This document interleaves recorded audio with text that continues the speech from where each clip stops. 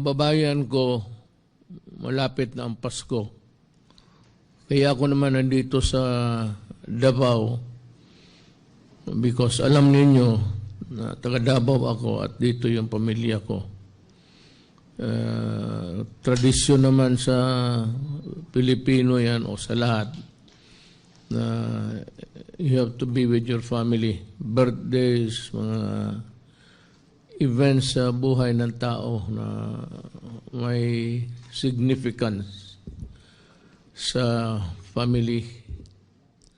Ngayon,